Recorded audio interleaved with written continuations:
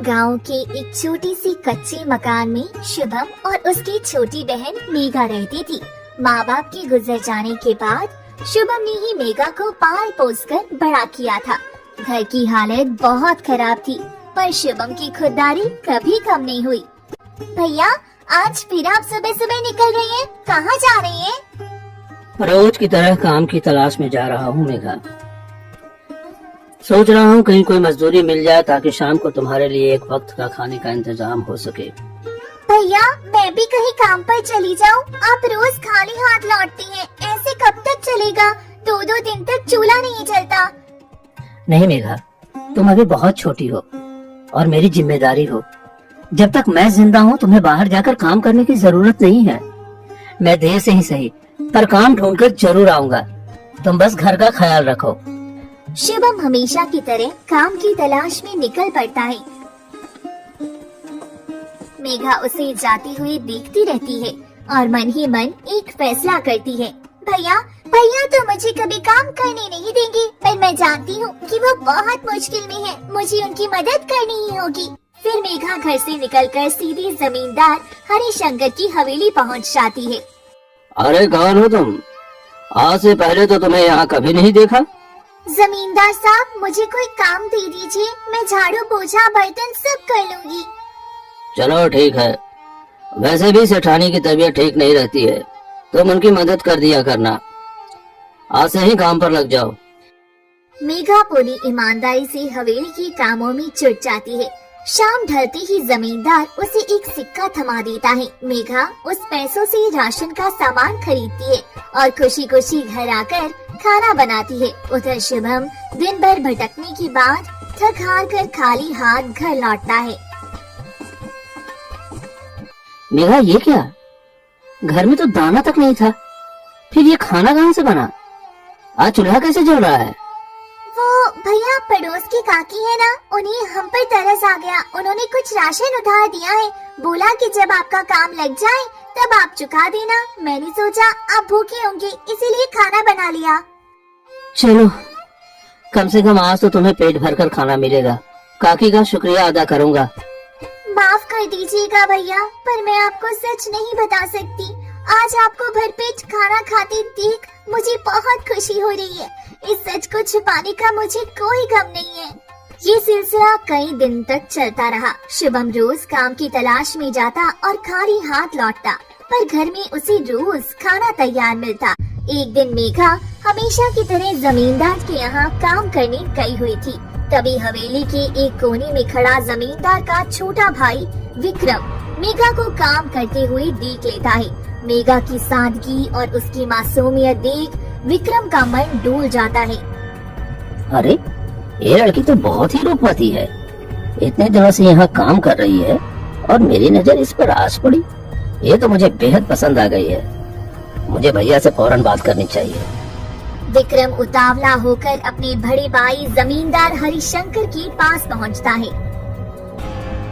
क्या बात है विक्रम, चेहरे पर इतनी चमक और घबराहट एक साथ? सब ठीक तो है ना? भैया, मेरी उम्र 45 साल हो गई है। आज तक न मुझे कोई पसंद आया और न किसी ने मुझसे शादी की, पर आज मुझे एक लड़की पसंद आ गई है। मैं उससे विवाह करना चाहता हूँ। ये तो बड़ी खुशी की बात है। मेरे छोटे भाई के सिर पर शेरा सजेगा। बताओ कौन है वो खुशनसीब? भैया, वो हमारे यहाँ जो नई लड़की काम पर लगी है ना, मेघा, मुझे वही पसंद है। क्या? वो तो अभी महज 17 साल की बच्ची है और तुम अपनी उम्र देख रहे हो? ये कैसे मुमकिन है? मुझे कुछ नहीं पता भैया, मैं बस उससे शादी करना चाहता हूँ। आप बस रिश्ता पक्का करवा दीजिए। अच्छा ठीक है, अगर तुम्हारी यही जिद है तो मैं उसके भाई शुभम को जानता हूँ। वो काम के लिए भटकता रहता है। मैं उसे अभी बुलाकर बात करता हूँ। कुछ ही देर में शुभम वहाँ से गुजर रहा होता है। तभी जमींदार उसे आवाज देकर बुलाता है। शुभम को लगता है कि शायद उसे कोई मजदूरी मिलने वाली है। जी सरकार, आपने याद किया? सब कुशल तो है? शुभम, मैं देख रहा हूँ कि तुम अपनी बहन की जिम्मेदारियों के कारण खुद की शादी भी नहीं कर पा रहे हो, इसलिए मैंने तुम्हारे लिए एक बहुत पक्का रिश्ता लाया हूँ। तुम अपनी बहन मेघा का हाथ मेरे भाई विक्रम के लिए दे दो। ये आप क्या कह रहे हैं सरकार? आपके भाई साहब की उम्र और मेरी छोटी बहन, नहीं नहीं, ये रिश्ता नहीं हो सकता। वो अभी 17 की भी नहीं हुई है। देखो शुभम, अपनी हैसियत मत भूलो। तुम्हारी बहन पिछले कई दिनों से मेरे यहाँ चोरी चुपके काम कर रही है। वो मेरी नौकरानी है। क्या मेघा आपके यहाँ काम कर रही है? नहीं, ये झूठ है। मैंने उसे घर से निकलने तक को मना किया है। और देख लो, तुम्हारी बहन तुम्हारी बात नहीं मानती। वो रोज यहाँ आती है। अगर अपनी और उसकी भलाई चाहते हो तो ये रिश्ता स्वीकार कर लो, वरना अंजाम बुरा होगा। कुछ भी हो जाए सरकार, पर मैं अपनी बहन का सौदा नहीं करूंगा। अपनी बहन की शादी किसी बूढ़े से कभी नहीं होने दूंगा। मुझे माफ कर दीजिए, पर मैं ये रिश्ता ठुकराता हूँ। शुभम बिना पीछे मुड़े वहाँ से तेजी से निकल जाता है। हरिशंकर की आंखों में गुस्सा उतर आता है। शुभम, इस गुस्ताखी की कीमत तुम्हें और तुम्हारी बहन को चुकानी पड़ेगी। शुभम का चेहरा गुस्से से लाल था। वह जैसे ही घर के अंदर कदम रखता है, उसी सामने थाली में लगा गरमा गरम खाना दिखाई देता है। वह आव देखा न ताव पूरी थाली उठाकर दूर फेंक देता है। ये क्या हुआ भैया? आप इतने गुस्से में क्यों हैं? आपने सारा खाना क्यों फेंक दिया? मैंने कितनी मेहनत से आपके लिए बनाया था। झूठ, सब झूठ। मेघा, तुमने मुझसे ये सच क्यों छुपाई कि तुम काम करने जा रही हो? तुमने मुझसे झूठ बोला कि वो खाना पड़ोस की काकी दे रही है। क्या तुम्हें अपने भाई पर भरोसा नहीं था? भैया मेरी बात सुनिए, सब ठीक तो है ना? आप अचानक इतना क्यों बदल गए? कुछ ठीक नहीं है। आज मुझे रास्ते में जमींदार हरिशंकर मिला था। उसने तुम्हारा हाथ अपने उस अधेड़ उम्र के भाई विक्रम के लिए मांगा है। तुम जानती हो उस विक्रम की उम्र क्या है? तुम्हें हवेली जाने से मैंने मना किया था, फिर भी तुम चोरी छिपे वहाँ काम करने गई। तुमने मुझसे झूठ बोलकर अच्छा नहीं किया मेघा। मुझे माफ कर दीजिए भैया, मैं आपको दिन रात भूखा और परेशान होते हुए नहीं देखना चाहती थी। मेरा मकसद सिर्फ आपकी थोड़ी मदद करना था ताकि हमारे घर का चूल्हा जल सके। मुझे नहीं पता था कि वे लोग ऐसी नीयत रखते हैं। तुम्हारी इसी लापरवाही ने आज हमें इस मुसीबत में डाल दिया है। मैंने आज तक शादी सिर्फ इसलिए नहीं की ताकि मैं पहले तुम्हारी जिम्मेवारी पूरी कर सकूं। मुझे डर था कि अगर मैं शादी कर लूं और मेरी पत्नी आ जाए तो शायद वो तुम्हें परेशान करेगी। मैंने अपनी पूरी जिंदगी तुम्हारे लिए लगा दी और तुम हो की। भैया मुझे माफ कर दीजिए, मैं बस आपकी चलती उम्र और खाली हाथ घर लौटने वाले आपके चेहरे का दर्द नहीं देख पा रही थी। मुझे लगा कि थोड़ा सा काम करके मैं आपके कंधों का बोझ कम कर दूंगी। मुझे नहीं पता था कि मेरी वजह से आपकी इज्जत पर आंच आएगी। पागल हो क्या? तू मेरा बोझ कम करेगी? अरे तू तो मेरी ताकत है मेघा। मैंने गुस्सा इसलिए किया क्योंकि मुझे डर लगा था। डर इस बात का कि कहीं तुझे कुछ न हो जाए। तू अभी नादान है, तुझे नहीं पता कि दुनिया कितनी मतलबी है। मैं सिर्फ आपकी मदद करना चाहती थी भैया। जानता हूँ, और आज मुझे तुझ पर गर्व भी है। तूने अपने भाई के लिए इतना बड़ा कदम उठाया, और अब और नहीं। कल से तू सवेली की तरफ आंख उठाकर भी नहीं देखेगी। हम आधा पेट सो जाएंगे, भूखे रह लेंगे, पर उस जमींदार की चौखट पर तुझे दोबारा कदम नहीं रखने दूंगा।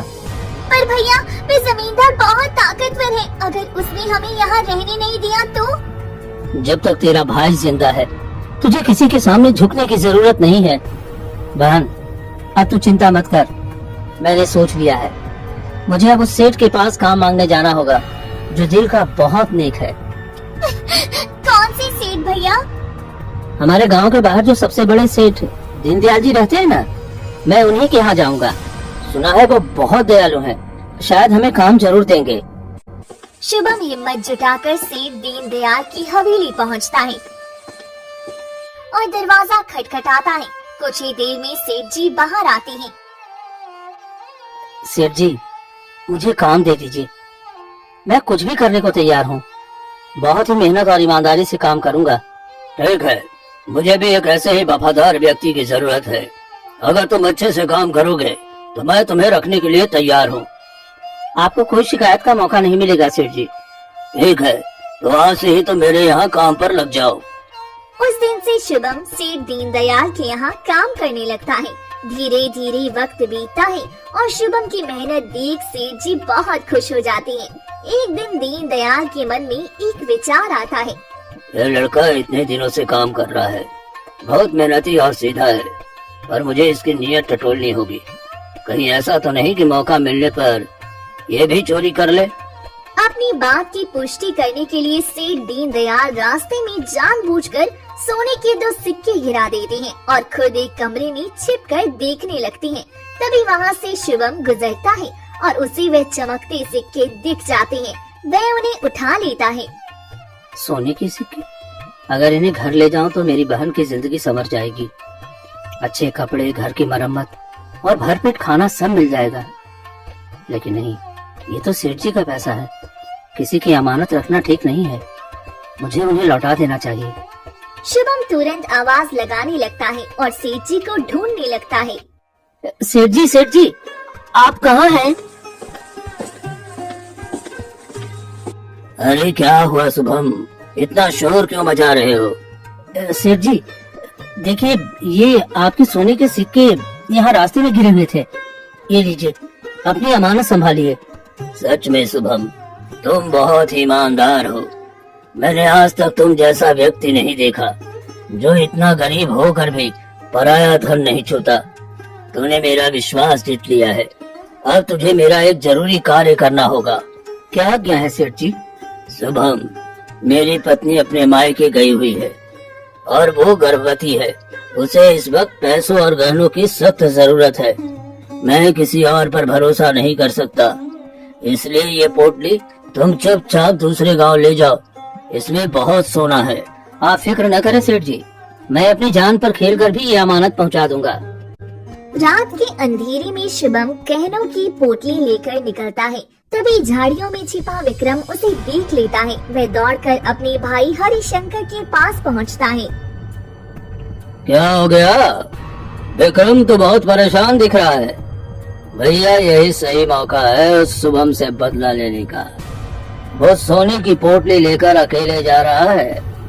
हाँ, उसने मेरा अपमान किया था, तो अब तो उसे इसकी कीमत चुकानी पड़ेगी। चलो।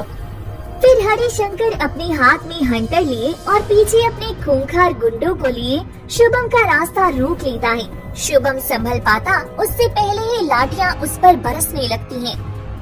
क्यों रे शुभम, बड़ी ईमानदारी का चोला पहनकर दूसरे गांव सोना पहुंचाने निकला था।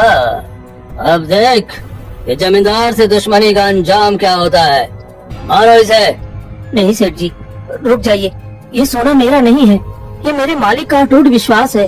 भगवान के लिए से मत ले जाइए, मैं बर्बाद हो जाऊंगा। अब तू और तेरा विश्वास दोनों इसी धूल में मिलेंगे। ले जाओ सारा सोना। हरिशंकर सारा सोना लेकर चला जाता है।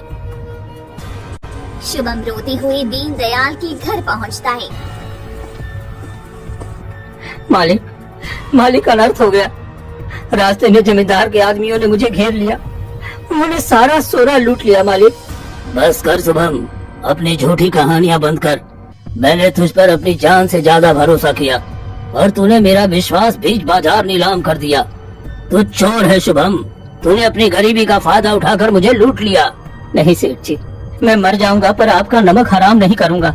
जमींदार साहब ने मुझसे सब छीन लिया, मैं बेगुनाह हूँ। तभी जमींदार हरिशंकर आ जाता है। अरे सेठ जी, इस सांप की बातों में मत आइए। ये और इसकी बहन दोनों पैदाइशी चोर हैं। ये अपनी गरीबी का ढोंग करके लोगों को लूटते हैं। झूठ बोल रहे हैं आप जमींदार साहब, आपने ही मुझसे वो पोटली छीनी है। अगर मेरी बात पर रत्ती भर भी शक हो सेठ जी, तो चलिए अभी इसके घर की तलाशी लीजिए। दूध का दूध और पानी का पानी हो जाएगा। अगर सोना इसके घर न मिला तो जो कहेंगे मैं हार जाऊंगा। हाँ सेठ जी, चलिए मेरे घर, वहाँ चोरी का एक तिनका भी नहीं मिलेगा। गुस्से में तमतमाए सेठ और शातिर मुस्कान लिए हरिशंकर शुभम के घर की ओर चल देती है। सब मिलकर शुभम के घर पहुंचते हैं। मेघा घबराकर बाहर आती है। ये सब क्या है भैया? आप लोग हमारे घर में ऐसे क्यों घुस रहे हैं? हम चोर नहीं हैं। चाहे तो मेरे घर की तलाशी ले लो, यहाँ एक तिनका भी पराया नहीं मिलेगा। जमींदार के आदमी मेघा को धकेल कर अंदर घुसते हैं और बड़ी चालाकी से पहले से छुपाया हुआ सोना शुभम के बिछावन के नीचे से निकाल लेती हैं। ये देखो, सारा धन ये रहा। इसने यहाँ छुपा कर रखा था। विश्वासघाती, मेरा धन तेरे घर से निकला और तू कह रहा था कि चोरी हो गया। देखा सेठ, इन गरीबों की फितरत ऐसी होती है, धन देखा नहीं कि नीयत डोल गई। अरे ये तो बड़ा सीधा बनता था, सब कहते थे शुभम जैसा शरीफ कोई नहीं है, पर आज तो इसने सबका सिर नीचा कर दिया। अरे भाई, गरीबी इंसान से क्या कुछ नहीं करवाती। जब सामने इतना सारा सोना हो तो बड़ी बड़ी ईमानदारी की दीवारें ढह जाती हैं। इन गरीबों के नियत में ही खोट होता है। मुझे तो लगता है कि इसकी बहन ने ही चोरी किया होगा। बस करो, भगवान के वास्ते चुप हो जाओ। मेरी बहन पर इल्जाम मत लगाओ। उसकी दुनिया तो घर की चार दीवारी तक ही है। उसे इस गंदगी में मत घसीटो। जो सजा देनी है वो मुझे दो, मेरा गला काट दो, पर एक मासूम लड़की की आबरू को गांव के चौराहे पर नीलाम मत करो। अब तेरी दलीलों का वक्त खत्म हो गया है शुभम। तूने चोरी की है और पकड़ा गया है। तूने इस गांव की नाक कटा दी है। इन चोर भाई बहन को अभी इसी वक्त गांव की हद से बाहर निकालो। इनका साया भी पड़ गया तो गांव अपवित्र हो जाएगा। तभी आसमान से आग उगलती बिजली और मूसलाधार बारिश ने माहौल को और भी भयानक बना दिया था। मारो इन चोरों को, आज इनके पाप का घड़ा भर गया है। गांव की इज्जत मट्टी में मिला दी इन्होंने। अरे हाँ, इन्हें खंबे से बांध कर कोड़े मारो, ताकि आने वाली पीढ़ियां भी याद रखे कि चोरी का अंजाम क्या होता है। रहम करो, मुझे जितना चाहे मार लो, पर मेरी बहन को छोड़ दो। उसने कुछ नहीं किया है। अरे चुप कर, रहम की भीख मत मांग। आज गांव की पंचायत ने फैसला किया है कि तुम्हें यहाँ से जिंदा बाहर नहीं जाने दिया जाएगा।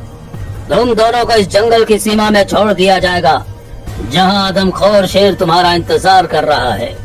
चलो इनको धक्का दो, इन्हें मौत के साए में छोड़ दो। बेरहम गांव वालों ने शुभम और मेघा को धक्का देकर जंगल की दलदल और अंधेरे में धकेल दिया। नहीं, हमें यहाँ मत छोड़ो भैया, मुझे बहुत डर लग रहा है। देखो वो मशालें दूर जा रही हैं, हम अकेले रह गए भैया। घबरा मत मेघा, जब तक तेरा भाई खड़ा है तुझे कुछ नहीं होगा। गांव वालों ने हमें ठुकरा दिया, पर ऊपर वाला देख रहा है। तभी शेर की दहाड़ने की आवाज आती है। भैया वो देखिए, वो झाड़ियों के पीछे क्या है? दो चमकती हुई आंखें। भैया वे हमारी तरफ आ रहा है। डर मत मेघा, मैं हूँ ना, अपनी आंखें मत खोलना।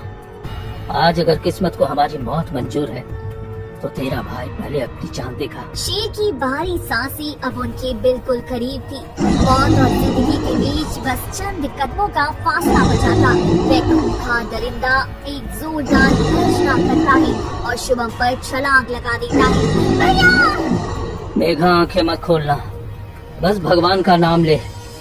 शेर की छलांग शुभम के ठीक सामने आकर रुक जाती है। शेर शुभम के चेहरे के पास जाकर उसे सूंघता है और अचानक जैसे उसे कुछ याद आ जाता है या कोई रूहानी शक्ति उसे रोक देती है।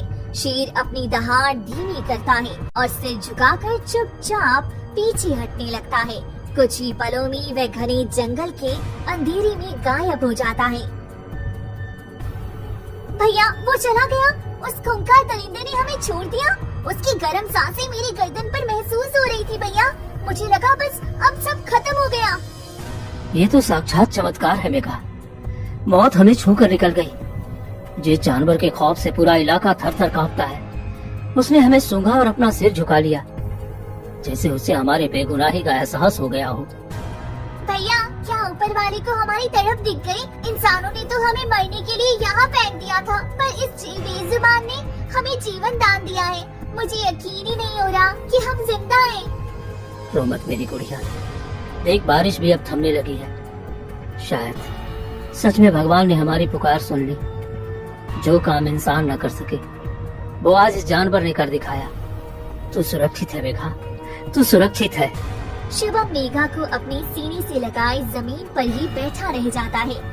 दोनों की आंखों से बहती आंसू बारिश के पानी में मिल रहे थे। तभी झाड़ियों के पीछे से एक धीमी रोशनी दिखाई देती है। उधर जंगल के किनारे पर सेठ दीनदयाल अपने आदमियों के साथ खड़ा था। तभी वो शेर जो अभी कुछ देर पहले मौत बनकर गरजा था, अब सीधा जाकर सेठ के चरणों में एक पालतू बिल्ली की तरह शांत होकर बैठ जाता है। आ गया मेरा शेरू।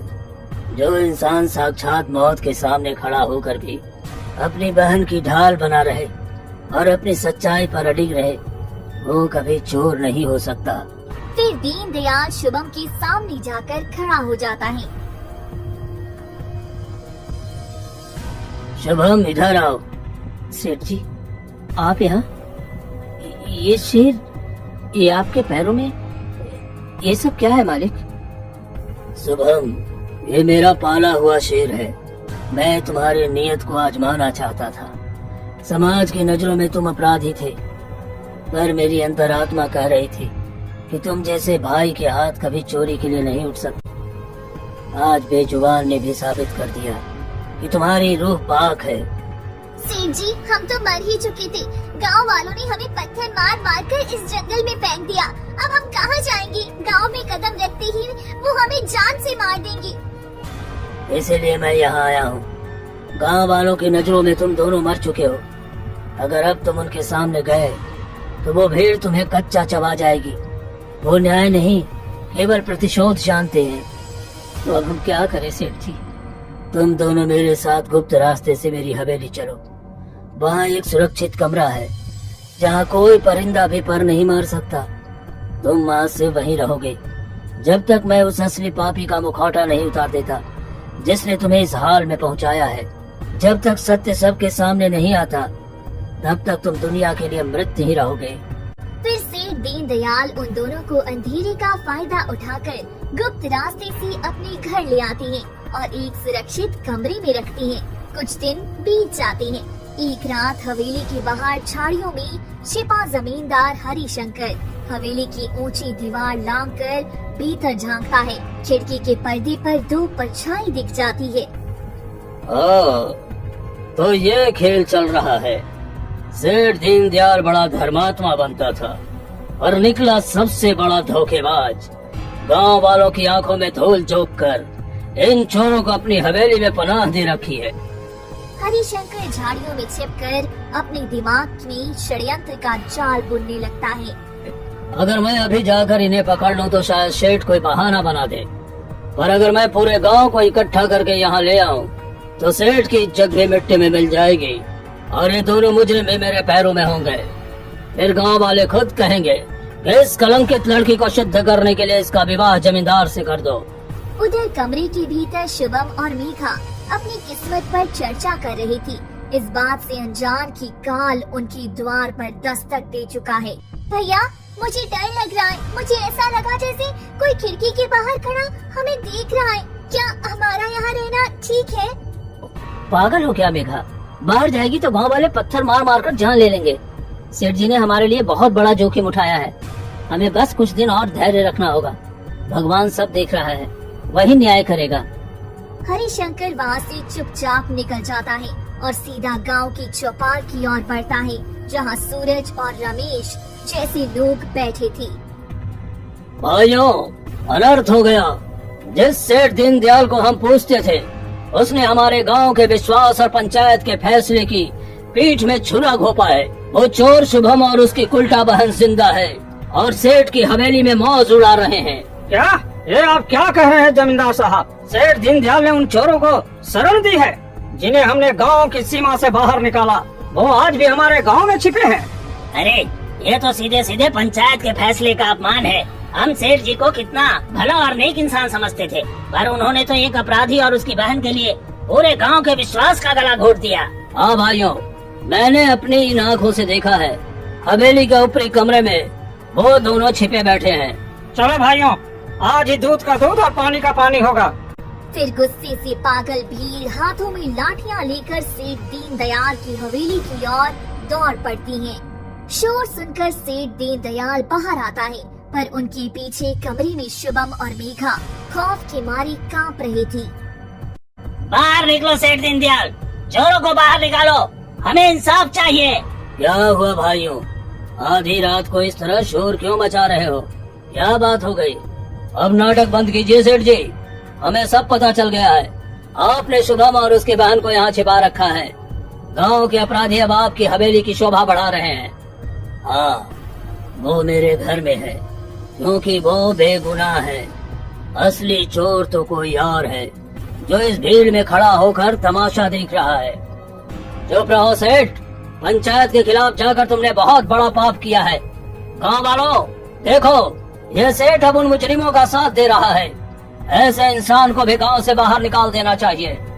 गांव वाले सेठ की बात पर यकीन नहीं करते और जमींदार की बातों में आकर शोर मचाने लगते हैं। तभी जमींदार असली चाल चलता है।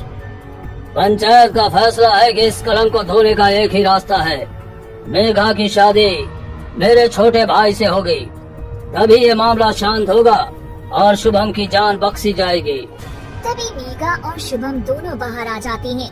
नहीं, मैं उस जालिम से शादी नहीं करूंगी। भैया मुझे बचा लीजिए। जमींदार साहब ठीक कर रहे हैं। अगर ये लड़की अपनी इज्जत बचाना चाहती है तो इसे शादी करनी ही होगी, यही सजा है। नहीं, कभी नहीं, मैं अपनी बहन को इस नर्क में नहीं धकेलूंगा। पर गांव वाले और जमींदार की आदमी शुभम को पकड़ लेती हैं और मेघा को जबरदस्ती मंडप की ओर खींचने लगती हैं। चारों तरफ शोर था और बेगुनाही की आवाज दबा दी गई थी।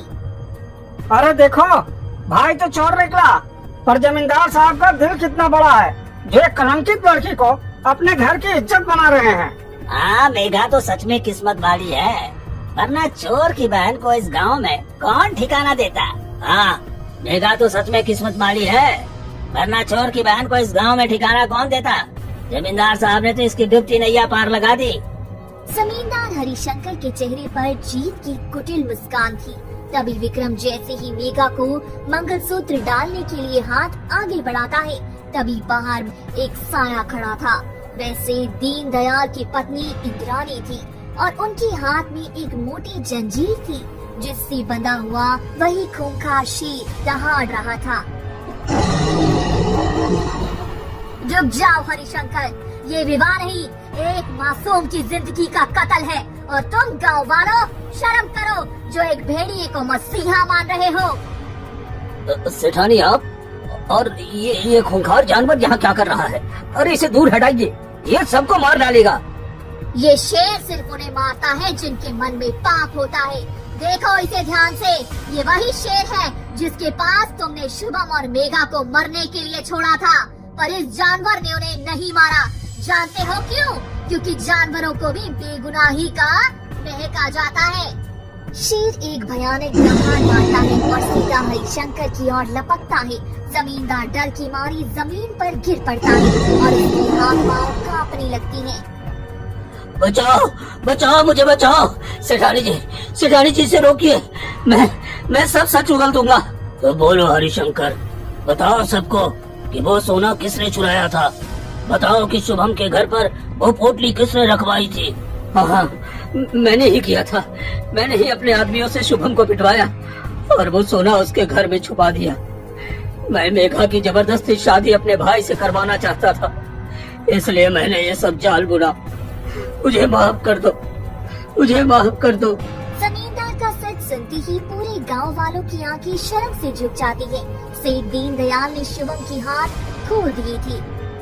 शुभम, मुझे माफ कर देना। मैंने तुम्हारी ईमानदारी पर शक किया। तुम एक सच्चे और बहादुर भाई हो। और तुम गांव वालों, आज अगर ये शेर न होता तो तुम सब मिलकर दो बेगुनाहों की बलि चढ़ा देते। याद रखना, करीबी इंसान की मजबूरी हो सकती है, उसकी नीयत का पैमाना नहीं। शुभम, हमें माफ कर दे भाई। हमने अपनी आंखों पर पट्टी बांध ली थी और उस जमींदार की बातों में आकर तुझे और तेरी मासूम बहन को मौत के मुंह में धकेल दिया। हमें अपनी करनी पर बहुत शर्मिंदगी है। हाँ शुभम, हम सब गुनाहगार हैं तुम्हारे। हमने तुम्हारी ईमानदारी पर शक किया और पत्थर दिल बन गए। मेघा बेटी, हमें माफ कर देना। हमने एक भाई बहन के पवित्र रिश्ते को कलंकित करने की कोशिश की। उठिए सुरेश काका, रमेश भाई, भगवान का शुक्र है कि अंत में सत्य की जीत हुई। जब समय खराब होता है तो इंसान की बुद्धि भ्रष्ट हो जाती है। मुझे आपसे कोई शिकायत नहीं है। इसकी सजा तो अब सेठ जी को हम गांव वाले मिलकर देंगे। भाइयों, आज एक बात गांठ बांध लो, गरीबी का मतलब ये नहीं होता कि इंसान चोर ही हो। आज शुभम ने अपनी ईमानदारी से हम सबको आईना दिखाया है। अब से ये और मेघा इस हवेली के सदस्य हैं। और याद रखना, न्याय की लाठी बेआवाज होती है। ईश्वर सब देख रहा है। आज एक बेगुनाह बच गया और पापी अपने अंजाम तक पहुंच गया। फिर सभी गांव वाले हरिशंकर को वहां से लेकर चले जाते हैं। देखा मेघा, मैंने कहा था ना कि सच की कभी हार नहीं होती, बस धैर्य और भगवान पर विश्वास होना चाहिए। हाँ भैया, अब हमारा कोई कुछ नहीं बिगाड़ सकता। हमारे साथ हमारी बड़ी और स्वयं ईश्वर का आशीर्वाद है। फिर कुछ ही दिनों बाद शुभम एक अच्छा सा लड़का देखकर मेघा की शादी कर देता है और फिर दोनों बहन भाई अपना जीवन खुशी पूर्वक जीने लगती हैं।